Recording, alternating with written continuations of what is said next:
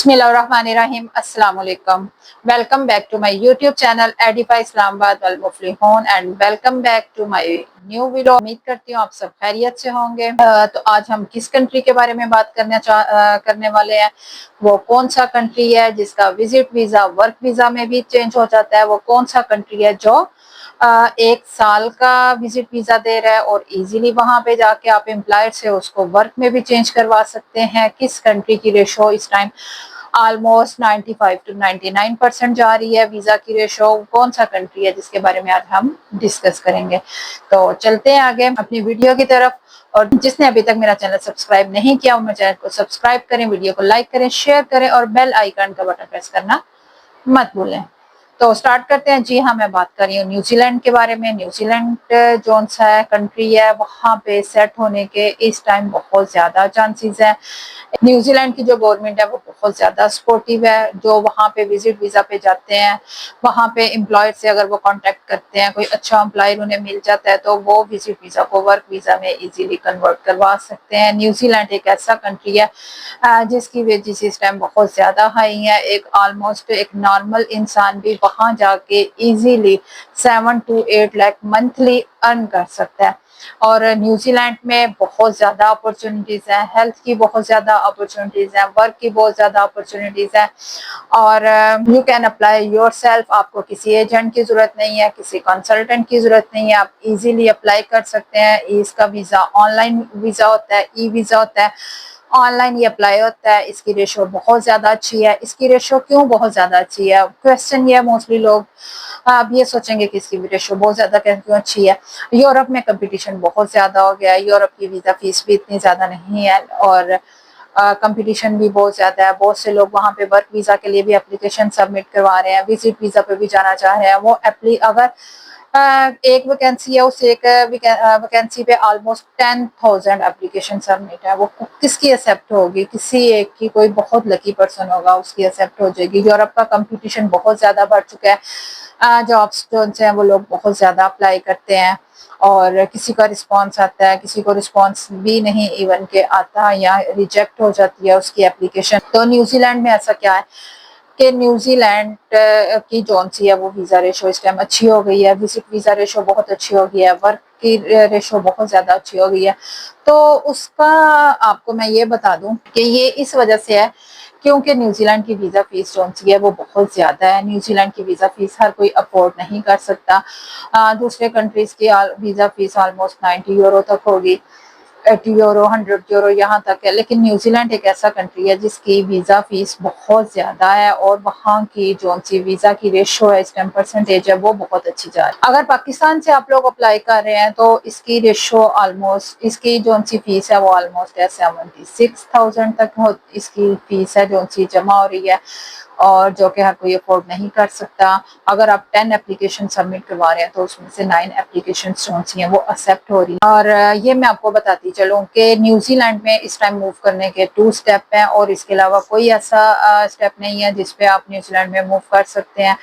2 visa New Zealand इस time दे रहा है और उसकी गवर्नमेंट ने भी वर्क वीजा के लिए जो है परमिशन दे दिया एम्प्लॉयर को कि वो बाहर से, अब्रॉड से, आउट ऑफ कंट्री से जो से हैं लोगों को वो हायर कर सकते हैं, वो वर्कर को बुला सकते हैं। उनकी गवर्नमेंट ने भी अब उनको ये राइट दे दिया है कि एम्प्लॉयर अपनी मर्जी से बाहर से अपने लिए काम करने वाले लोगों को बुला सकता है। और इसके न्यूजीलैंड में जाने के 2 वे हैं, जो से 2 रास्ते हैं। वो 2 रास्ते कौन से हैं? या तो आप विजिट टूरिस्ट वीजा पे जा सकते हैं या फिर आप जा सकते हैं वर्क वीजा पे।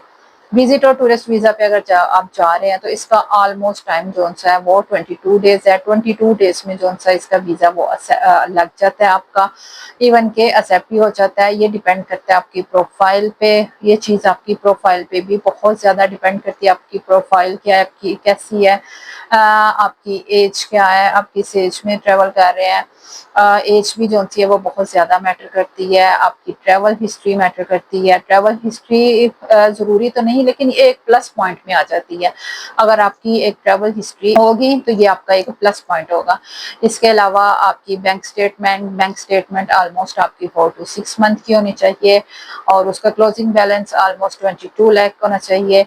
और इसके अलावा आपके पास एसएस डिटेल, ये भी एक प्लस पॉइंट में आ जाता है कि आपने जाके वापस तो आना नहीं, लेकिन उनको तो आपने एक प्रूफ देना है कि हम जाएंगे, हम विजिट पे जा रहे हैं और हम जाके वापस आ जाएंगे। उनको प्रूफ देना तो आपके लिए लाजमी होता है। तो उस इसके लिए आपको ये सारे डॉक्यूमेंट साथ अटैच करने पड़ते हैं, आपकी FRC, MRC, CNI। ये ई वीज़ा है, ऑनलाइन वीज़ा है, ये आप खुद भी अप्लाई कर सकते हैं। ये कोई इतना मुश्किल काम नहीं होता अप्लाई करने का। इवन के आप लोग जॉब्स भी खुद अप्लाई कर सकते हैं। जो बाहर आप इतने इतने पैसे देते हैं, 50K, 1 लाख, 80K, ये अगर आप खुद अपना CV और कवर लेटर को बहुत अच्छा बना लें तो आप खुद भी जॉब अप्लाई कर सकते हैं। जो हमारे पास सेकंड वे है वो मूव करने का, वो है वर्क वीज़ा। वर्क वीज़ा के लिए ऑब्वियसली आपको जॉब ऑफर लेटर की जरूरत होती है। अगर आप विजिट वीजा पे अप्लाई कर रहे हैं तो यहाँ पे आके बहुत ज्यादा लोग रह जाते हैं कि उनके पास बैंक स्टेटमेंट नहीं है। बैंक स्टेटमेंट जिस तरह जरूरी होती है विजिट वीजा के लिए, उसी तरह जॉब ऑफर लेटर होता है वर्क वीजा के लिए जरूरी। हाँ, न्यूजीलैंड में ये है कि आप विजिट वीजा पे जाके, जो कि 1 साल का होता है, इजीली इसको वर्क में कन्वर्ट करवा सकते हैं। और अगर आप इधर से वर्क, अगर आपके पास बैंक स्टेटमेंट नहीं है और आप वर्क पे जाना चाह रहे हैं तो उसके लिए आपके पास जॉब ऑफर लेटर होना बहुत जरूरी है। और जॉब ऑफर लेटर के लिए आपकी प्रोफाइल अच्छी होनी चाहिए, आपके पास CV, और आपके पास CV होनी चाहिए, आपका कवर लेटर होना चाहिए, आपके पास डिग्रीज होनी चाहिए आपकी। अगर आप अनस्किल्ड हैं तो भी आप अप्लाई कर सकते हैं, अनएजुकेटेड हैं तो भी आप अप्लाई कर सकते हैं। CV और आपकी टोटल जो सी गेम है वो आपकी CV पे जो डिपेंड करती है कि आपकी CV कैसी है। जितनी ज्यादा आपकी CV अच्छी होगी उतने ही ज्यादा आपको जॉब मिलने के चांसेस बहुत ज्यादा होंगे। इसलिए सबसे बेटर मैं यही बात करूंगी कि आप अपनी CV को बेस्ट बनाएं, अपनी CV को अच्छा बनाएं, अपनी CV में प्रॉपर आप अपनी मेंशन करें हर चीज को। आप अपनी CV में अपनी सारी स्किल्स को प्रॉपर मेंशन करें, A to Z हर चीज को। अगर आप अपनी CV और कवर लेटर बहुत अच्छा बना लेते हैं, CV और कवर लेटर अपनाने के बाद आपके पास जो सा सेकंड स्टेप आ जाता है। सेकंड स्टेप आपके पास आता है कि आपने अप्लाई किधर करना है, अप्लाई कैसे करना है, कौन सी ऐसी वेबसाइट्स हैं जिन पे आप जाके अप्लाई करते हैं। तो न्यूजीलैंड के लिए सबसे बेस्ट वेबसाइट इस टाइम सीक है। सीक पे जाके आप अपने जॉब को अप्लाई करें, अपनी सारी CV सबमिट करवाएं, कवर लेटर, एडिशनल जो सी उन्होंने और रिक्वायरमेंट्स उनकी होती हैं, डॉक्यूमेंट्स मांगे होते हैं, उन डॉक्यूमेंट्स को प्रॉपर साथ अपने CV कवर लेटर के साथ अटैच करें, साथ फॉर्म को प्रॉपर फिल इन करें। और सीख के अलावा आपके पास लिंक्डइन है, इंडीड है, वेबसाइट जोन सी है। इसके अलावा job.government.nz.com और इसके अलावा trademe.co.nz.com, ये वेबसाइट्स हैं, इन पे जाएं, ऑथेंटिक वेबसाइट पे जाएं, CV कवर लेटर सबमिट करवाएं। और अगर आपकी एप्लीकेशन वो एक्सेप्ट कर लेते हैं तो वो आपको जॉब ऑफर लेटर इशू करते होगी। आपका इंटरव्यू होगा, आपको जॉब ऑफर लेटर इशू करेंगे। जॉब ऑफर लेटर को फिर आप सिग्नेचर वगैरह करके फिर उन्हें वापस करेंगे तो देन वहाँ की गवर्नमेंट आपको उस कंपनी की तरफ से, क्योंकि वह वर्क परमिट तो उस कंट्री ने ही आपको देना है, वो आपको वर्क परमिट इशू कर। तो ये आपकी विजिट वीजा पे जाने की डिटेल्स थी और साथ आपको बताया था वर्क वीजा। ये 2 वे हैं जिससे आप न्यूजीलैंड में मूव हो सकते हैं और जाके आप एक अच्छी लाइफ वहाँ पे गुजार सकते हैं, वहाँ पे काम कर सकते हैं।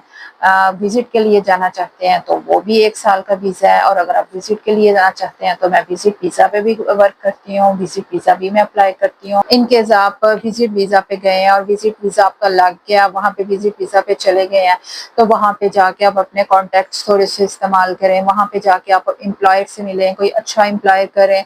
आपका वो एम्प्लॉयर ही 70 to 80% आपका एम्प्लॉयर वो वर्क कर देगा। आपको इतनी ज्यादा मेहनत की जरूरत नहीं पड़ेगी, लेकिन फिर भी ऑलमोस्ट 30% तो वर्क आपको खुद करना पड़ेगा। कुछ डॉक्यूमेंटेशन आपकी हुई होगी, कुछ डॉक्यूमेंटेशन वहां पे आपको रेडी करनी पड़ेगी। अपने विजिट वीजा को वर्क में चेंज करवाना पड़ेगा। एम्प्लॉयर अगर आपको अपनी कंपनी में हायर कर लेता है तो वो आपको वर्क परमिट इशू कर देगा। और जब आपको वर्क परमिट इशू कर देगा तो वहां पे रह के आप वहां के सिटीजन हो जाएंगे, आप काम करना शुरू हो जाएंगे, आपको PR मिल जाएगी और आप की जो अच्छा खासा आप जो है वहां पे रह के अर्न कर सकते हैं।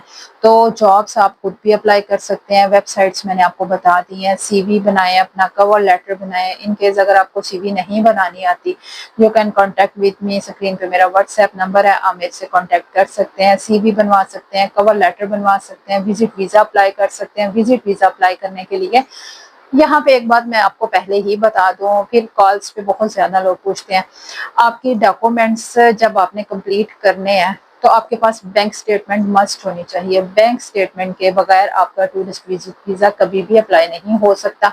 इन केस अगर आप कहते हैं अप्लाई करना है, हमारी बैंक स्टेटमेंट कम है या बैंक स्टेटमेंट में किसी की हम लगा रहे हैं तो वो फेक में आ जाता है और आपकी रिजेक्शन लग जाती है। जॉब अप्लाई करने हैं तो आप जॉब खुद भी अप्लाई कर सकते हैं और ये कोई मुश्किल काम नहीं होता जॉब को अप्लाई करना। अगर आपके पास थोड़ी भी तालीम है, अगर नहीं भी है, तो आप वीडियोस को देख के गूगल से सर्च करके आप खुद भी अप्लाई कर सकते हैं। और आपको कोई भी मुश्किल आ रही है तो आप स्क्रीन पर दिए गए मेरे व्हाट्सएप के नंबर पे